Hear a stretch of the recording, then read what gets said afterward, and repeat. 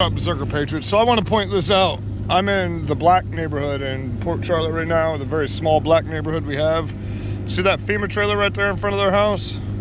Just recently found out that the only ones, because I've been making these videos with these old ladies, nobody can get approved for a FEMA trailer here.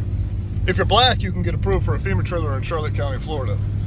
If you're black or Hispanic or another color other than white, you can get a FEMA trailer from the federal government in Port Charlotte, Florida. But if you're white and you don't have a house, I just went and reapplied for my FEMA trailer. They turned me down flat. When I say went, I went online. Like, this is the only way to do it. They don't have a FEMA office like they should for, I mean, we're still going to be in this problems with this hurricane cleanup for another couple of years.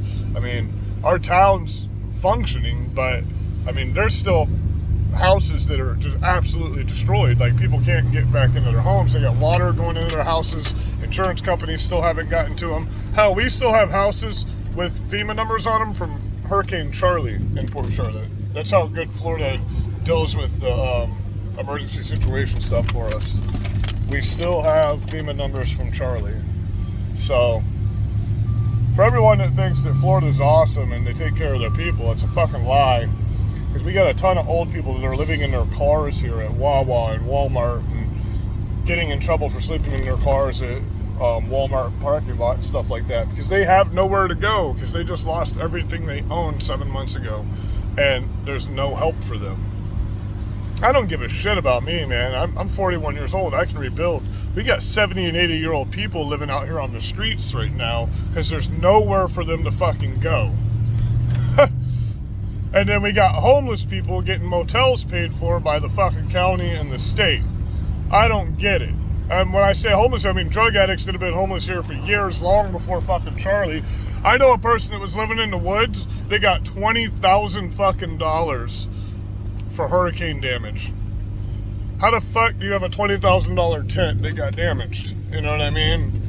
But then regular homeowners, American citizens that are law-abiding citizens, work for a living, didn't get any help. And if you have insurance, just so you know, people are like, oh, well, FEMA's helping people. If you have insurance, you're not even allowed to apply for FEMA's help. So even if your house hasn't been adjusted, that's the problem people are running into. They haven't had the equity or the appraisal on their house in so long since they bought it that now the housing market is 5 times as much. So they're being told this will cost them $250,000 to fix their home, and they're only getting 10 grand from their insurance company. That's insane, bro. That's insane. And I'm running into that in so many places. People are having to pay thousands of dollars to hire adjusters to fight for their money, and that's taken months and months, and there's a long line to be in for that. So all of y'all that think that Florida is so well taken care of, now Nashville just got destroyed. I mean, not Nashville, Rolling Fork, holy crap, bro. I mean, it just got trashed, decimated. That one hurricane, or that one tornado thrashing that day was just as bad as this hurricane was. Okay, that's what our town looked like when that's what our town looked like 7 months ago. Is what Rolling Fork looks like right now. They were supposed to be reopening trailer parks, letting people live there for free, because we used to have a ton of trailer parks here before Charlie, and then they outlawed trailers, but that didn't end up happening. Yeah, they're doing it. They're rebuilding the trailer parks, but they're charging an arm and a leg for people to live there. So, don't listen to the hype you see on TV. Luckily, I had the business property to go to, Luckily, I had a place. So I don't have to, I mean, don't get me wrong, I'm not living in my 5-bedroom house anymore. And y'all have seen the videos of what happened to my house. And it sucks, man. Because over the years of me traveling around all over the place, I've subletted that house. I've been paying on that house for 14 fucking years, man.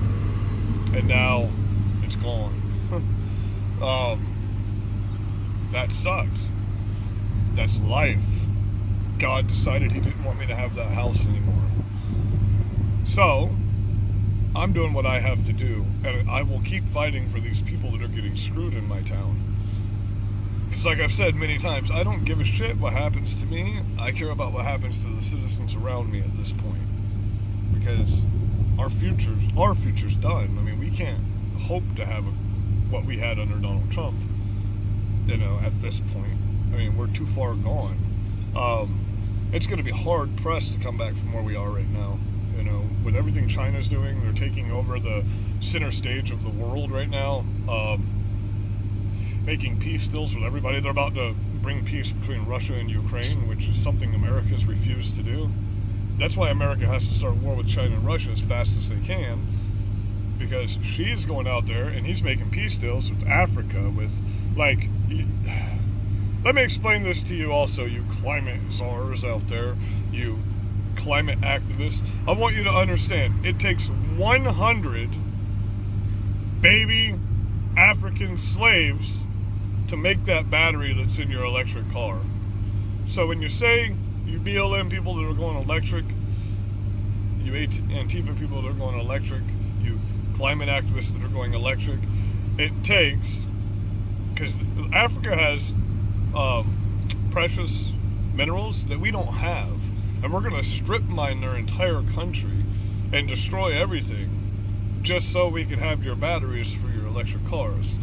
And if you haven't seen the videos, I will go on this afternoon and I will post videos of these African children, some as young as 4, 9 years old, 4 years old, doing hellacious slave work for your batteries, for the cobalt and the lithium in your batteries. So, don't say you're actually standing up for black people in slavery, because there's still slaves in Africa. Why the fuck aren't you over there protesting? The same slave owners that sold your ancestors to America are still in the family lineage owning slaves in Africa. The same people that sold your ancestors, family members, and ancestors still own slaves in Africa. Those are the ones you should be getting your reparations from. You can actually trace their bloodlines back to the people that sold you here. So, that kills that for you, doesn't it? I love you guys. Be blessed.